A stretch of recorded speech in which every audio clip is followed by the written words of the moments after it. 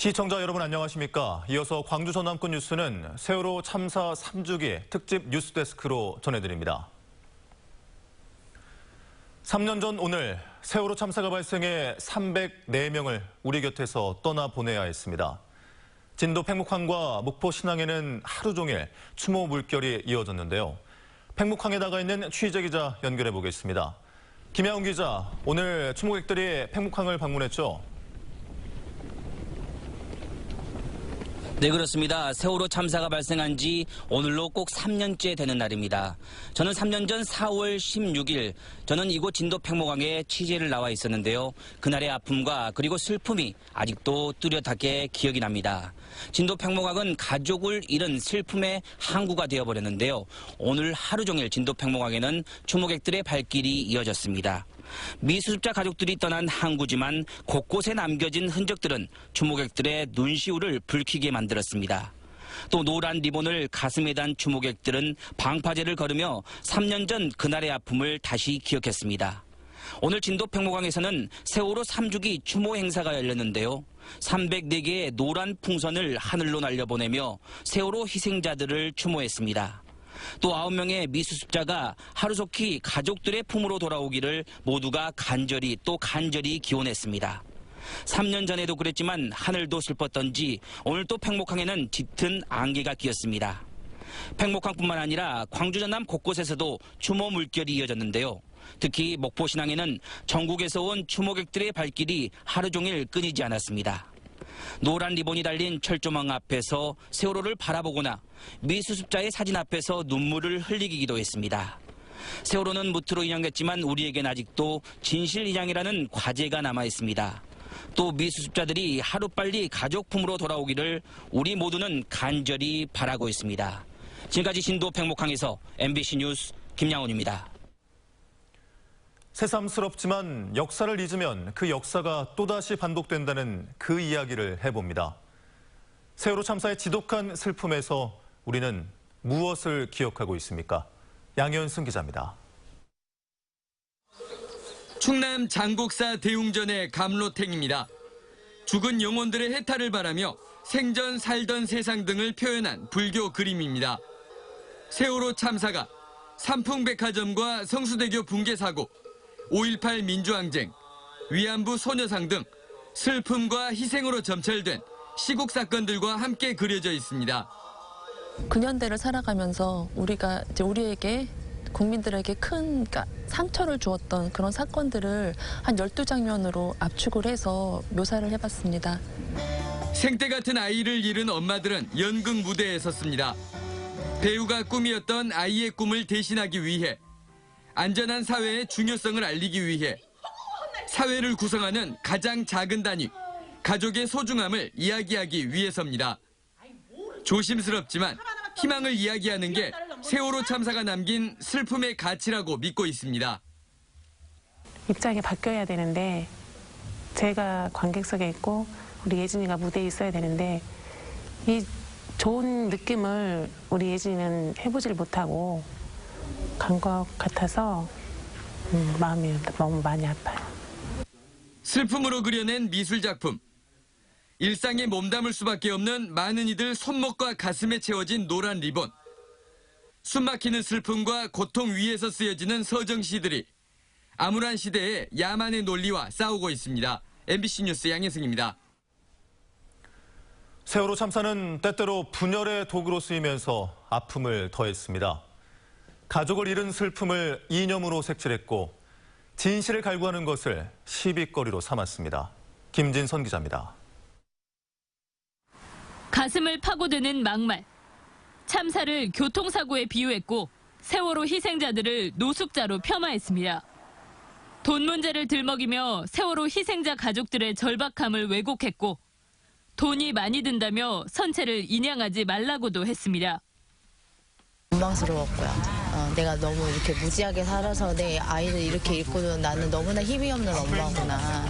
이런 거에 대해서 제 자신한테 먼저 화가 났고. 정부의 미흡하고 불투명했던 세월호 참사 대응을 꾸짖으면 반정부 세력이나 종북 세력으로 낙인 찍었습니다. 귀를 닫은 정부를 향해 곡기를 끄는 세월호 가족을 조롱하듯 피자와 치킨을 깔아놓고 먹는 일도 벌어졌습니다. 약속이나 한 듯 덩달아 세월호 진상규명 반대 집회가 열렸고 배후로 정부가 지목되기도 했습니다. 너무 바닥이라 그럴까? 내 스스로가 다른 나라인데 나 이러는 게 너무 창피한 거야. 이것밖에 안 되는 나라인가. 정치권을 중심으로 지난 3년간 세월호 문제가 진보와 보수를 나누는 잣대로 이용되는 사이 세월호 문제는 본질이 아닌 곁가지만 붙든 채 다툼거리가 됐습니다. MBC 뉴스 김진선입니다. 허둥지둥했던 정부의 모습과는 달리 평범한 이웃들의 대응은 오히려 차분했습니다. 함께 아파하고 참고 견뎌냈지만 선의는 또 다른 고통으로 돌아왔습니다. 신광하 기자입니다. 세월호가 삼킨 희생자들을 찾아 맹골수로에 뛰어들었던 고 김관홍 씨. 국정감사와 청문회장 증인으로 나서 정부의 무책임함을 증언했습니다. 서울에서도 동거차에서도 늘 세월호 가족들의 곁을 지켰습니다. 아무것도 밝혀지지 않았지 않습니까? 되려 다들 회피하고 자기들 잘못이 아니라 하는데 그러면 도대체 누가 책임을 져야 되고 누가 잘못한 건지. 최초로 세월호 탑승객 구조에 나섰던 동거차도 어민들의 씨름은 현재 진행형입니다. 참사 직후 기름 유출 피해 여부는 소송이 진행 중이고 3년 전 보상도 마무리가 아직 안 됐습니다. 인양 때 또다시 미역 농사를 망쳤습니다. 방제도 스스로 해야 했던 어민들이 피해 입증도 스스로 해야 합니다. 정부는 일단 기름 미역을 팔아보고 안 팔리면 협상하자는 영국의 보험사와 이야기하라고만 합니다. 해수에서 우리들한테 일단 선 지급을 하고 나중에 정부하고 그 상하이 프린스라든가 보험회사하고 이렇게 협의를 해주시라는 그것뿐이에요. 정부가 책임을 지주라는 것이에요. 세월호 참사 직후 70여일간 현장을 지키다 스트레스에 못 이겨 순직한 경찰관도 있었고 묵묵히 희생자 가족들의 곁에 머문 자원봉사자들도 있었습니다. 미수습자 수습, 진상규명과 더불어 반드시 되새겨야 할 중요한 가치가 국가의 빈자리를 채웠던 이웃들에게 있습니다. MBC 뉴스 신광하입니다. 그 무엇보다 돌아오지 못한 가족을 찾는 것이 급선무입니다. 고통의 근원을 치유하지 못하면 슬픔은 번지고 또 번지기 때문입니다. 안산 온마음센터를 다녀왔습니다. 그런 일련의 과정들이 어느 정도는 좀 정리가 돼야 그 다음 단계로 내가 치료적으로 내 마음을 추스르고 그 다음 단계 이제 넘어갈 수가 있는데 지금 특히 세월호 사건 같은 경우는 계속적인 이런 자극들이 발생하고 있잖아요. 이런 일련의 과정들을 정리해 나가기에는 굉장히 어려운 측면들이 많이 있다라고 보고 있습니다. 일단은 서로 다른 의견은 충분히 가능한 것인데 서로 다른 의견에 대해서 건강하게 나누는 방식이 우리 사회가 잘 그런 부분이 연습되지 않았고 또 하나는 너무 각박하잖아요. 다들 너무 살기가 바빠요. 그런 각박함이 이런 공감 능력을 떨어뜨리는데 되게 많은 영향을 주고 있는 게 아닌가라는 생각이 듭니다. 어떻게 우리 사랑하는 가족을 잃은 이 아픔을 치유하겠어요. 네, 다만 그걸 극복할 수 있는 내적인 힘을 키워나갈 수 있도록 노력하는 것이거든요. 저희가 그 공감되는 감정들을 나누고 또 직접 피해를 경험하신 분들도 지역 주민들로부터 지지를 받고 하면서 서로 간의 회복과 관련된 여러 가지 시너지가 이제 발생을 하게 될 수 있습니다. 고귀한 생명을 지켜주지 못했던 우리 사회는 세월호에 너무나 많은 빚을 지고 있습니다. 끝까지 진실의 인양을 잊지 말아야 하는 이유입니다. 박여운 기자입니다. 광장은 부패한 밀실의 권력을 몰아내는 공간으로 변했습니다. 넉 달간 연 인원 1,600만 명의 외침은 평화적이고 절제됐지만 뜨거웠습니다. 민주주의, 국가, 국민. 세월호는 모두가 익숙화돼 잊고 지냈던 단어들의 참 의미를 찾는 길 맨 앞에 서 있었습니다. 비수처럼 던져진 고립과 공격의 언어들은 왜 생명이 돈보다 고귀한지를 공동체란 어떤 건지를 새삼 일깨웠습니다. 이런 사건이 다시는 이제 발생해서는 안 되니까 그런 의미에서 꼭 기억을 하고. 누더기가 된 채 3년 만에 육지에 오른 세월호는 말하고 있습니다. 이제 더 이상 숨기지 말아라. 대립과 분열의 장막을 거둬라.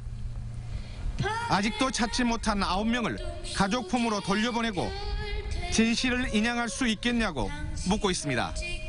그냥 이제 근심 걱정은 접어두고 찾는 것만 생각을 한 거야. 내 동생하고 조카를 찾는 것만 생각을 한 거야. 슬픈 항해를 마치고 지친 몸으로 돌아온 세월호의 물음에 이제 남은 우리들이 답해야 할 때입니다. MBC 뉴스 박영훈입니다. 세월호 미수습자 수색은 이번 주 초부터 본격적으로 이루어질 전망입니다. 세월호 선체로 드나들 가설 계단 워킹타워가 설치됐고 수색 방식도 막바지 논의가 이루어지고 있습니다. 문현철 기자입니다. 세월호 선체 옆에 26m 높이의 철제 구조물이 들어섰습니다.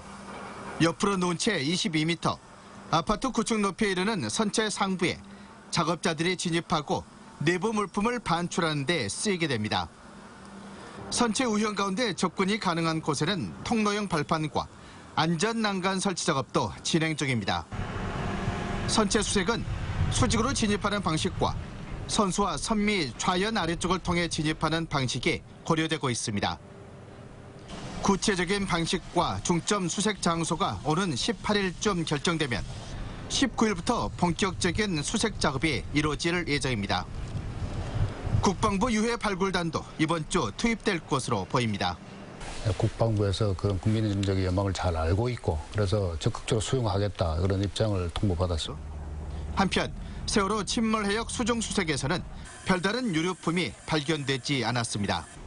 MBC 뉴스 문현철입니다.